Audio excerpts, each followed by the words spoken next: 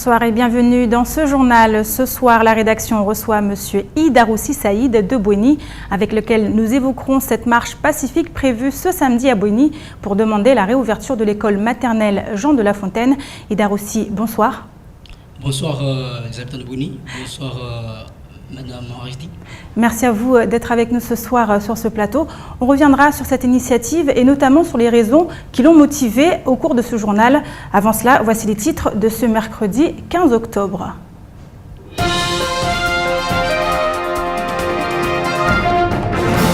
À la une de l'actualité, cette ligne reliant Dzaoudzi à La Réunion et à l'île Maurice, et ce dès l'année prochaine.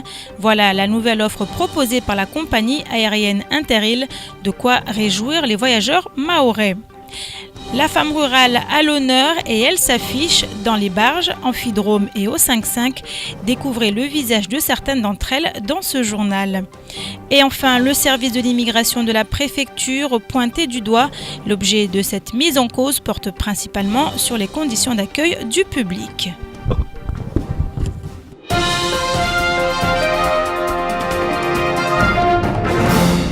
Et on commence par cette actualité qui risque de faire des vagues dans le monde syndical mahorais. La DIECT vient de valider le licenciement des 5 délégués syndicaux du groupe Sodifram. Souvenez-vous, les procédures de licenciement ont été enclenchées suite à la grève de juin dernier, et ce, malgré le protocole de sortie de crise voté par le syndicat Force ouvrière. Le 8 septembre dernier, une nouvelle grève éclate et dure presque 3 semaines, mais rien n'y a fait. Après avoir instruit les dossiers de licenciement, mené son enquête et convoqué les 5 salariés concernés, la DIECT a jugé que les fautes étaient suffisantes. Nous y reviendrons plus amplement dans notre édition de demain. La compagnie aérienne comorienne Interrail Air a de bonnes nouvelles pour Mayotte. Elle va ouvrir en 2015 une ligne reliant Dzaoudzi à La Réunion et l'île Maurice. Les voyageurs mahorais auront de ce fait le choix entre 2 nouveaux vols par semaine. Plus d'explications avec Camille Leca. Les voyageurs ont de quoi se réjouir. 2 nouveaux vols pour l'île Maurice et l'île de La Réunion seront ouverts début mars 2015. Pour faire Dzaoudzi-Saint-Pierre par exemple, il faudra 3 heures avec une escale à Moroni. C'est un peu plus long que le vol proposé par Air Austral, mais la compagnie comorienne ne pouvait pas faire mieux. C'est normal parce que nous sommes obligés de passer à Moroni. On ne peut pas faire du direct parce que le vol direct, il est considéré comme c'est un vol intérieur. Or, Interrail est une société de droit comorien, donc on est obligé de faire escale à Moroni. Pour relier Port-Louis, chef-lieu de Maurice, il faudra environ 4 heures, et c'est là qu'Interrail Air sera la plus concurrentielle. L'île Maurice est aussi une porte ouverte sur le monde pour les touristes mahorais. Parce que à Maurice, il y a les grandes compagnies qui desservent Maurice. Il y a Emirates, toutes les grandes compagnies qui desservent Maurice. Donc pour moi, c'est une ouverture de plus pour Mayotte, pour le monde extérieur. Autre bonne nouvelle, le prix. Interrail garantit des tarifs sur ses vols à moins de 500 € l'aller-retour. Pour l'avion, la compagnie a misé sur du matériel anglais avec l'Avro 85, un quadriréacteur pouvant accueillir 90 passagers. Une ligne Dzaoudzi-Moroni-Majinga sera également mise en service d'ici la fin de l'année. Sachez par ailleurs qu'une nouvelle agence Interrail ouvrira ses portes à Mamoudzou fin novembre. Vous pourrez donc vous y rendre pour vous renseigner davantage sur toutes ces nouvelles connexions. On reste dans le milieu aérien avec ce rapport commandé par le réseau entrepreneurial de Mayotte à Paris et qui concerne EWA Air. Diffusé aujourd'hui, le rapport émet des doutes sur le bien fondé du montage financier de la compagnie aérienne. Le reportage de Camille Leca, Shakila Issouf et Leslie Vimné. Vice de violence économique. Le terme est dur, mais c'est ainsi qu'est qualifié le contrat de partenariat entre EWA et Mayotte dans les lignes du rapport rédigé par le cabinet parisien Smith Doria. Commandé par le réseau entrepreneurial de Mayotte à Paris, il dénonce une supposée situation de dépendance économique lors de la signature du contrat de partenariat. Pour la Chambre de commerce et d'industrie, l'un des 3 actionnaires de la compagnie, ce rapport n'est pas une source d'inquiétude, mais plutôt de colère.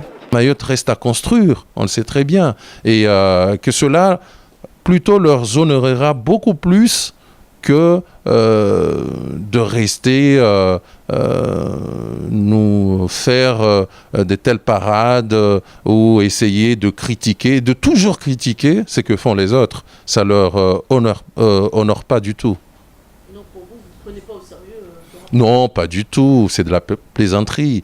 Et à la limite, ça frise beaucoup plus pour ces auteurs-là une maladresse insultante à l'égard des leurs. Pour rappel, la compagnie EWA dispose de 3 actionnaires, la CCI de Mayotte, Ilang Invest et Air Austral.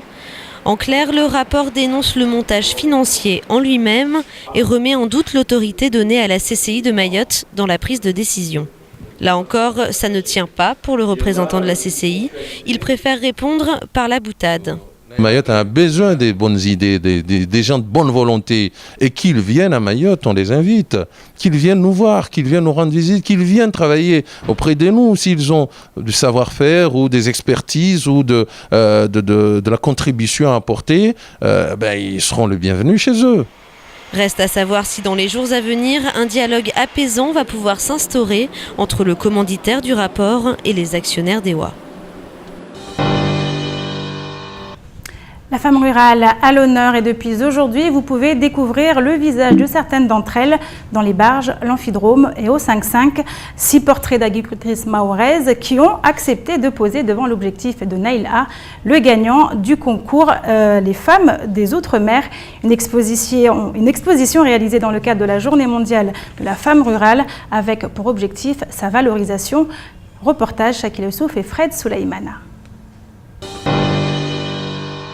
Doharati Boura, Mrahati Chaibou et Mama Madi Atoumani, des femmes agricultrices mises à l'honneur pour leur courage et leur amour de la terre. Avec un petit budget, la société de production Bouche à Oreille, en collaboration avec la délégation des droits de la femme, ont réussi à exposer les photos du jeune Nail A, une exposition qui ravit les Mahorais. Ça fait plaisir parce que en général quand tu vois la barge c'est tout triste, donc ça fait quand même plaisir de voir quelques photos. Ça...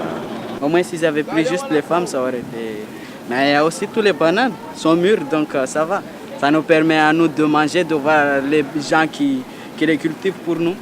Un événement qui invite les femmes urbaines à venir découvrir la vie de ces agricultrices qui vivent des produits locaux de la campagne, des femmes rurales qui au départ exploitent la terre pour leur propre consommation et qui aujourd'hui fournissent la plupart des marchés en fruits et légumes. On a commencé à vouloir mettre en valeur les femmes agricultrices à Mayotte.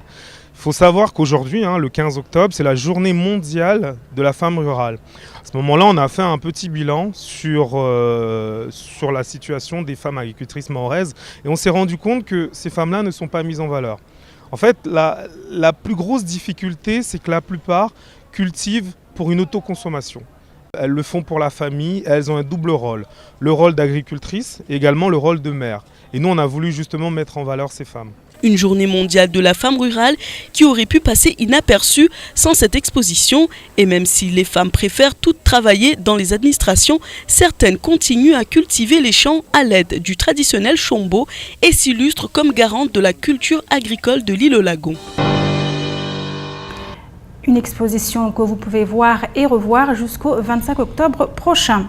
On vous l'annonçait dans notre édition d'hier, les contribuables mahorais vont être soumis à la taxe foncière. Bien sûr, les réactions ne se sont pas fait attendre. Beaucoup d'entre eux semblent annoncer ne pas pouvoir les payer. Écoutez plutôt ces quelques réactions recueillies par Abbas Alidi.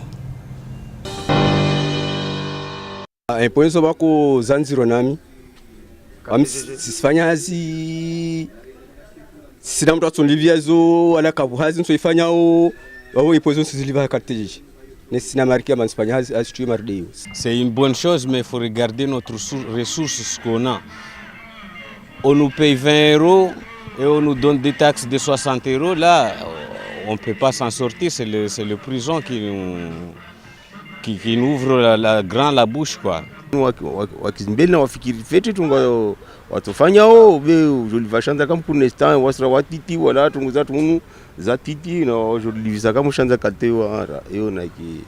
moi, si je paie les impôts locaux, c'est pour moi. C'est pour là où j'habite.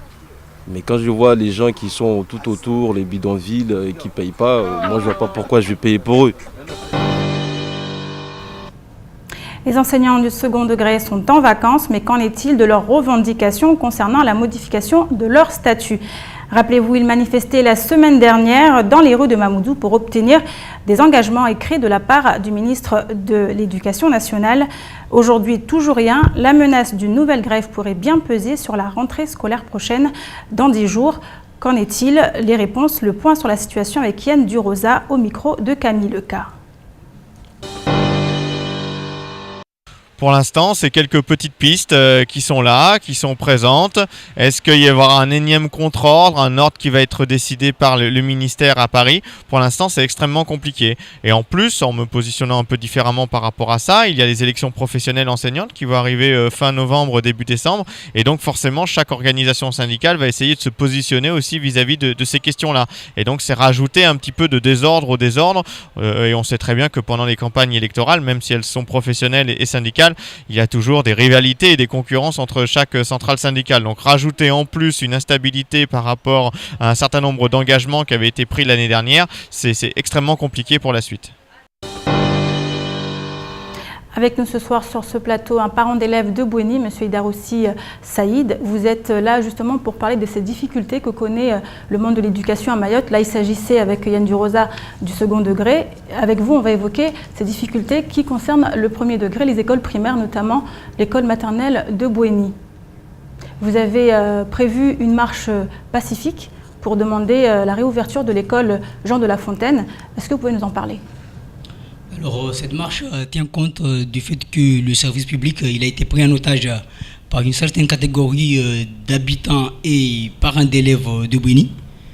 Donc, la rupture de la continuité du service public est constatée. Les lois du service public ne sont pas appliquées par l'équipe municipale. Et en dernier point, l'ordre public n'est pas du tout garanti. Donc ici, une fermeture liée justement aux protestations de ces parents d'élèves qui ne sont pas d'accord concernant l'application des rythmes scolaires. Et vous estimez que cette fermeture est illégale ? Cette fermeture est illégale dans la mesure où de quel droit ces parents d'élèves, et il y en a aussi qui ne sont pas parents d'élèves, qui sont des habitants de Bouéni, voire même des autres communes, de quel droit se permettent de fermer l'école ? L'école ne leur appartient pas, ni à eux, ni à notre collectif. Ceux qui justement ont entamé cette procédure de fermeture mettent en avant le fait que les intérêts de leurs enfants ne sont pas respectés et justement peut-être par ce moyen mettent la pression justement aux autorités pour que quelque chose soit fait pour résoudre ce problème. Notre collectif n'est pas là pour se positionner contre ou pour le rythme scolaire. Nous sommes là pour demander la continuité du service public. Je suis pas là pour faire du syndicalisme ni du politique. Mais l'application des rythmes scolaires implique aussi que des dispositifs soient mis en place donc, dans les écoles. Donc, si rythme scolaire il faut effectivement que la mairie mette en place un dispositif, notamment celui de la pause méridienne, mais également la fourniture de repas chauds. Est-ce qu'aujourd'hui la commune de Bouéni est en mesure d'appliquer ces mesures-là ? Ah, c'est leur problème. Hein. Ils sont des responsables aguerris et qui sont votés. Ils savaient exactement que ces textes allaient sortir.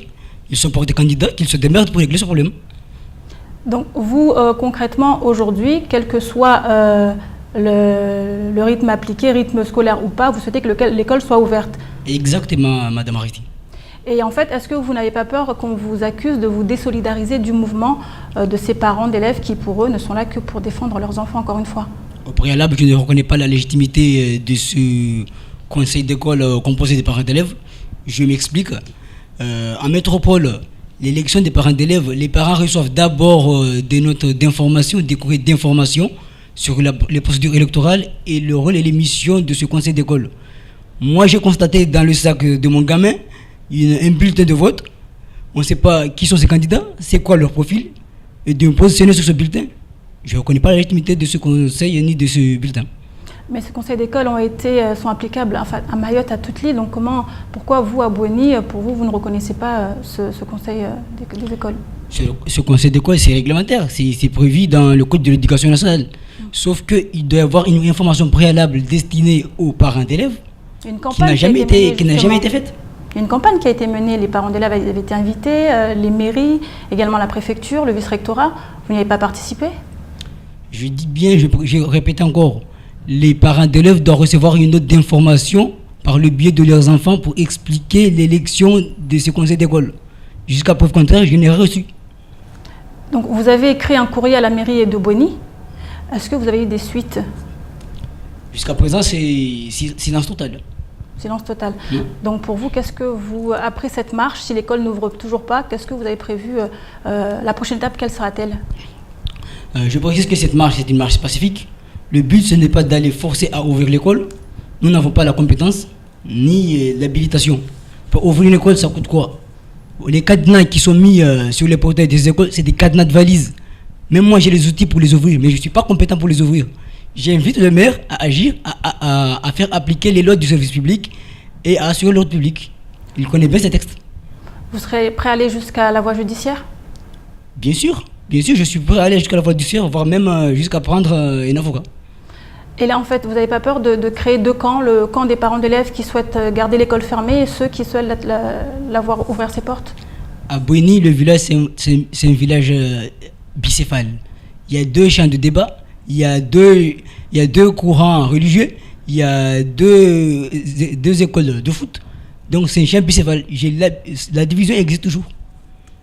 D'accord, donc on l'a compris, vous êtes prêt à aller jusqu'au bout, vous allez maintenir ce mouvement, donc déjà en commençant par cette marche pacifique ce samedi, et si vous n'avez pas eu gain de cause, vous êtes prêt à aller jusqu'à la voie judiciaire. On y reviendra dans nos prochaines éditions, je pense. J'insiste que cette marche reste dans la légalité. Si jamais l'autorité municipale ne me permet pas de faire cette marche, j'emploierai la voie judiciaire. On continue avec un autre sujet d'actualité, Ida Roussi. Cela fait déjà plusieurs mois que la situation dure. Les conditions d'accueil du service de l'immigration de la préfecture ne sont pas décentes. Malgré les files d'attente toujours plus longues, aucune mesure efficace n'a été prise pour mieux diriger les personnes. Le reportage d'Abbas Alidi.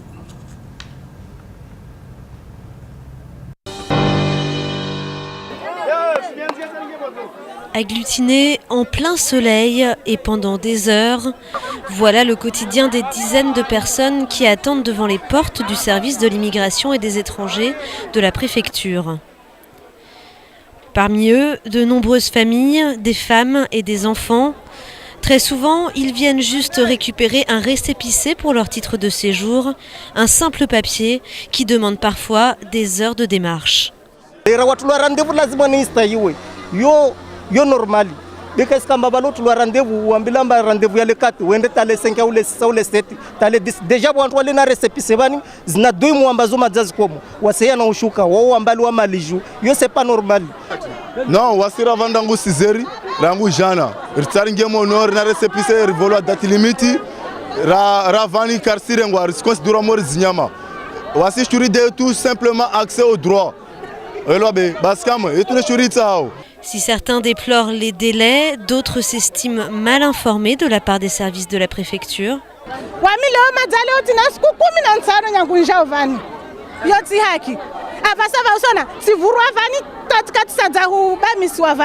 nayo vantu alona hamili vantu alona anazaza vantu alwadzade vantu alona handicapé lazima wanu wao watoe dele amba vani wawe mtu kadha lazima dele yao je kadha kadha wanyu vuje vantu sa ta amba vantu 10 au vantu 20 na waje dat kadha vantu 50 waje dat bewasira vantu tultas kumoja roho zisilawa yoti nzuzuri. Ces mauvaises conditions d'accueil pourraient un jour conduire à un accident potentiellement grave. Aujourd'hui, c'est ce que tout le monde craint ici.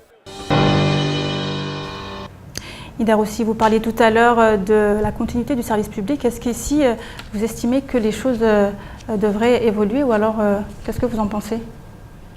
Donc ce qu'il faut savoir, c'est que le service public, c'est un service d'intérêt général qui appartient à tout le monde. Il doit y avoir des améliorations en termes d'accessibilité, en termes de traitement des demandes qui sont faites par les administrés. Là, il s'agit des conditions d'accueil. Je rebondis encore une fois sur les écoles. Les conditions d'accueil dans les écoles ne sont pas forcément non plus acceptables.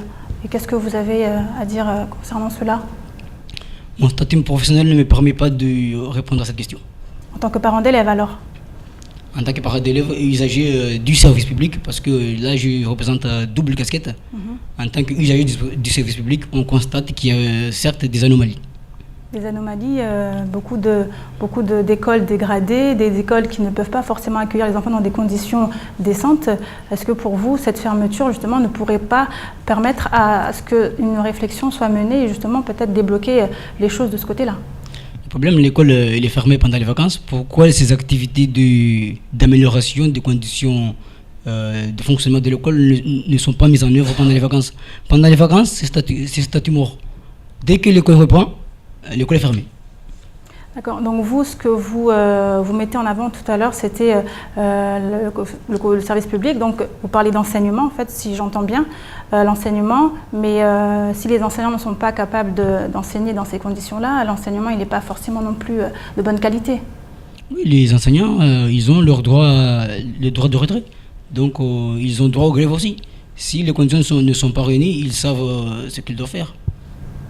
D'accord, merci Idaroussi. Et pour clôturer ce journal, je vous propose de retrouver le reste de l'actualité en bref, présenté par Camille Leca.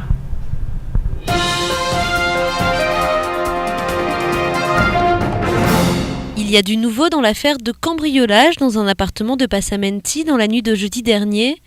Sur les 3 cambrioleurs arrêtés par la police, un était blessé et devait être pris en charge par le CHM. Mais entre sa garde à vue et sa présentation pour son opération à l'hôpital, le blessé a disparu dans la nature. Il est aujourd'hui activement recherché par la police. Le pèlerinage à la Mecque se termine pour des millions de musulmans. Les premiers pèlerins mahorais sont rentrés sur l'île hier, un retour qui va s'étaler sur les 2 semaines à venir. Le parc naturel marin, l'association Mayotte Nature, Environnement et Tradition, ainsi que les communes de Kanikeli et de Bandrélé organisent une course de pirogue le 1er novembre prochain. Intitulée la course du Fundi, elle se tiendra de 8h à 17h sur la plage de Mbouini à Kanikeli. Les inscriptions sont désormais ouvertes au public. L'événement est une belle occasion de célébrer la pirogue, cette embarcation emblématique du patrimoine mahorais.